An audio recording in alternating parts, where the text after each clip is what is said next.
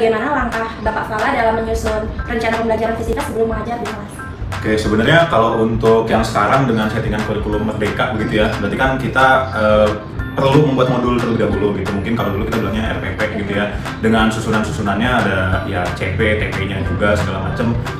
Terutama yang pastinya yang perlu dipikirkan dari kompetensi apa yang kira-kira anak itu harus bisa tercapai gitu pada setiap topik pembelajarannya, itu yang akhirnya saya siapkan di modulnya begitu. Terus juga kontennya apa aja yang perlu disiapkan gitu, apakah mungkin perlu media, apakah mungkin perlu video. Nah itu yang akhirnya perlu saya siapkan untuk persiapannya dulu. Sebenarnya sih itu menjadi gambaran aja, itu kan menjadi ya rencana gitu ya.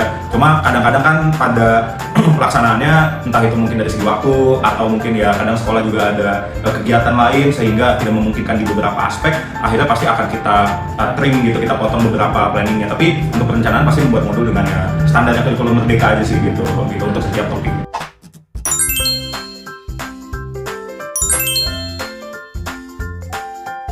Selanjutnya mengenai pengorganisasi atau penjadwalan, bagaimana pengaturan waktu pelajaran fisika di sekolah ini, Pak? Apakah ada kerjasama atau koordinasi khusus antar guru fisika dalam pembagian jadwal atau kegiatan pembelajaran ini? Kalau kerjasama itu maksudnya berarti kayak misalnya saya kelas 11 nanti guru yang lainnya ngajar di situ juga gitu ya. Oke.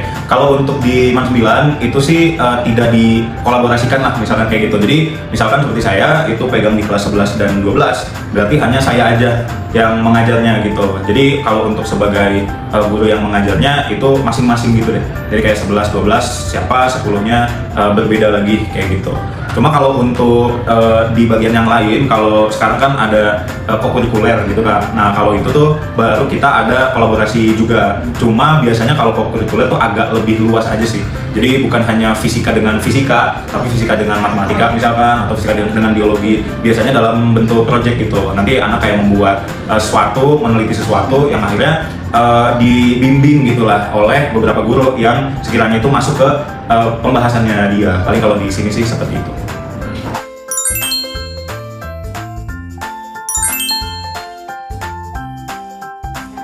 Pelaksanaan pembelajaran ya Pak, dalam kegiatan belajar mengajar, strategi apa yang biasanya Bapak gunakan agar siswa lebih aktif dan tertarik mempelajari fisika ini? Oke, kalau strategi sih makin kesini kayaknya emang kita perlu banyak pakai visual gitu ya, kayak entah itu mungkin dalam bentuk video atau mungkin memang kita menggambar gitu.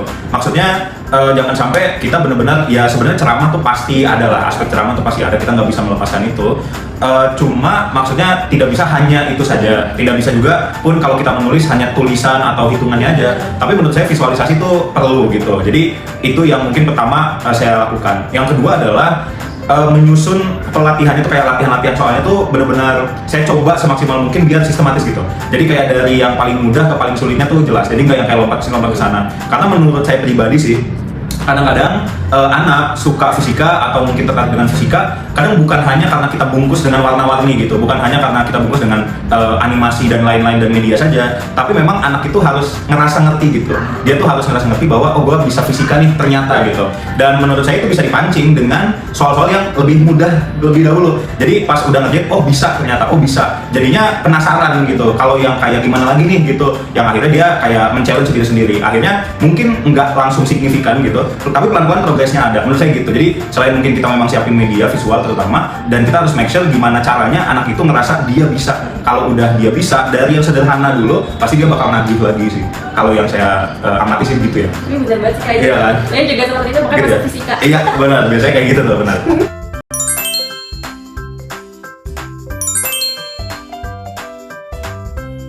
Selanjutnya tentang kontrol dan evaluasi pembelajaran, bagaimana cara Bapak menilai keberhasilan pembelajaran fisika di kelas? Baik. Sebenarnya kalau untuk penilaian sih jujur aja ya, kalau dari sisi penilaian, nah ini yang saya mungkin agak ketinggalan zaman gitu. Maksudnya saya tidak menggunakan banyak online atau platform apa, karena di situ kecurangan agak mulai banyak gitu. Saya mencoba untuk meminimalisir itu karena saya mau tahu anak itu memang kalau nilai tingginya kenapa, kalaupun nilai rendah kenapa. Saya maksudnya juga nggak mau membohongi diri saya sendiri. Maksudnya oh pakai ini aja, nanti anak bagus semua gitu. Yang ada nanti saya bingung gitu. Takutnya ada anak yang ngerjainnya memang jujur gitu, tapi nilainya nggak terlalu tinggi. Tapi ada anak yang mungkin pakai AI, pakai nyontek segala macam, jadinya tinggi, dan akhirnya saya reward dengan nilai yang tinggi juga. Dan itu nggak fair gitu. Nah akhirnya penilaian yang saya lakukan adalah ya masih pen and paper gitu kan. Jadi menggunakan kertas, menggunakan pulpen gitu. Jadi emang seperti dulu aja lah gitu ya. Cuma juga saya kasih ulangan lah, kalau misalnya ulangan hariannya gitu ya untuk penilaian setiap topiknya itu esai semua gitu lah. Kenapa? Karena memang sih minusnya itu dari segi guru ngoreksinya PR sih memang jujur, karena emang agak lama. Tapi dari situ saya lebih mengenal siswa gitu. Saya bisa lebih mengenal dari jalan pikirnya dia. Mungkin ada yang kalau dalam tanda kutip kayak pinter banget fisikanya gitu, jadi dia kayak ngompatin set tapi dapat gitu benar gitu, dan yang ada masalah juga. Ada yang modelnya emang rapi banget, runut banget gitu. Ada juga yang memang mungkin dia bisa rumusnya masukin angkanya bisa tapi ngitungnya salah gitu. Jadinya ketahuan gitu. Jadinya dari situ saya bisa diagnosis kayak oh ini perlu di sininya, ini perlu di sini.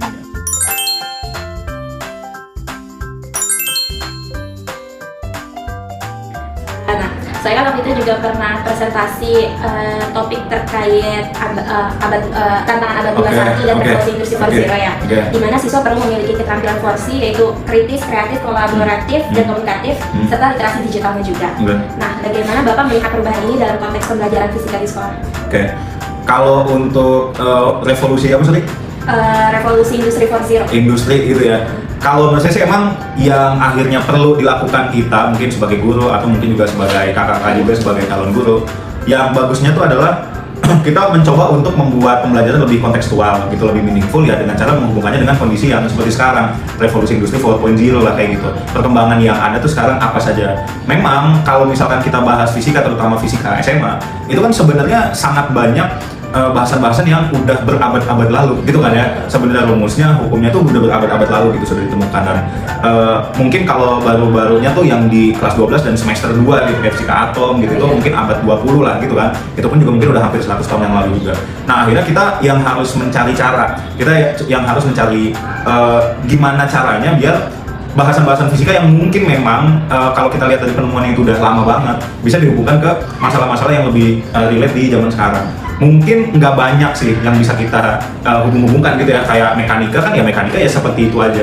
Cuma kan mungkin bisa dihubungkan dengan misal kita membuat robot gitu, akhirnya kita coding bagaimana caranya dia bisa, mungkin ya misalkan contoh sederhananya mungkin yang di sini juga dilakukan gitu, kayak gimana dia bisa nembak gitu, dan nembak itu ya dia proyektilnya ya parabola juga. Nah, di situ kan sebenarnya ada fisikanya juga, tapi untuk memperform itu dia bukan yang kayak harus melempar bola kasti begitu aja, tapi harus pakai robot misalkan kayak gitu.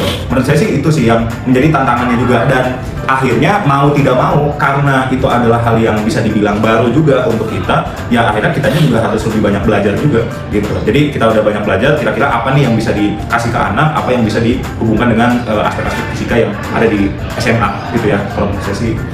Terus bagaimana menurut Bapak terkait peran guru fisika di era digital ini? Sekarang kan guru juga bukan hanya menyampaikan saja, tapi juga sebagai fasilitator dan mentor juga ya untuk siswa-siswanya. Itu bagaimana Pak? Kalau itu sih memang perlu tidak bisa dipungkiri gitu ya, memang semakin kesini tuh emang harus seperti itu gitu ya. Ya sebenarnya bisa dibilang perkembangan lah dari zaman yang sebelum-sebelumnya, istilahnya guru hanya sebagai pengajar atau menyampaikan materi gitu. Karena ya pada akhirnya terutama mungkin fisika gitu ya, kadang-kadang di Indonesia sih terutama kurikulumnya itu kan lebih kayak matematis banget gitu. Pokoknya soal gitu. Agak beda kalau misalkan mungkin kita bandingkan dengan kurikulum yang internasional gitu, kayak mungkin Cambridge atau IB gitu. Mereka agak lebih banyak konseptual gitu, dan menurut saya peran guru sebagai fasilitator, sebagai mentor juga itu bisa menjembatani keduanya gitu. Jadi yang ada di Indonesia nih kurikulum kita yang memang matematisnya cukup berat gitu, sama yang internasional yang mungkin lebih condong ke konseptual gitu. Karena menurut saya mungkin anak bisa atau kadang jago ngerjain soal, tapi dia nggak tahu itu tuh ngapain sih sebenarnya gitu. Kelar sih gitu, tapi dia nggak tahu itu apa sebenarnya gitu. Dan itu tugas kita gitu, tugas kita sebagai guru, tugas kakak-kakak juga sebagai calon guru, untuk anak itu bisa, fisika itu bukan hanya bisa mengerjakan soalnya, tapi bisa memahami gitu. Karena pada akhirnya soal itu kan variasinya mau tidak mau dari fenomena, rumus juga dari fenomena gitu. Dan kalau tidak kita fasilitasi dengan tambahan-tambahan selain dari materi ajar, menurut saya itu akan cukup sulit gitu. Nah, itu bisa dilakukan yang paling konkretnya dengan cara kita sebagai guru, dan mungkin kakak-kakak juga nanti sebagai calon guru, dengan disiplin waktu gitu. Mungkin nanti di dunia kerja kayak di sekolah kadang-kadang kita ya pasti ada lah kayak tugas-tugas yang lain yang mungkin memaksa kita untuk tidak atau meninggalkan kelas lah kayak gitu. Tapi ketika memang kita ada alokasi waktu di kelas, maka kita harus mengalokasikannya, memanfaatkannya semaksimal mungkin sih. Bukan hanya untuk menyampaikan materi saja di buku gitu ya, atau mungkin yang kita sudah pelajari juga tambah-tambahannya, tapi ya kita harus kasih apa ya, kayak suplemennya gitu, terutama tentang konsep-konsep. Menurut saya sih itu. Jadi anak bisa ngerjain soal, ngerti fisika, yang akhirnya dia bakal terpancing untuk belajar lagi lebih banyak. banyak ya Pak atas penjelasan dan waktunya juga. Terima kasih, jawaban ini juga sangat membantu tugas saya dan menjadi pengalaman berharga juga sebagai saya yang insya Allah jadi calon geofisika. Amin. Semoga Bapak diberi kesehatan dan semangat dalam mengajar. Ya, Terima kasih banyak. Sama.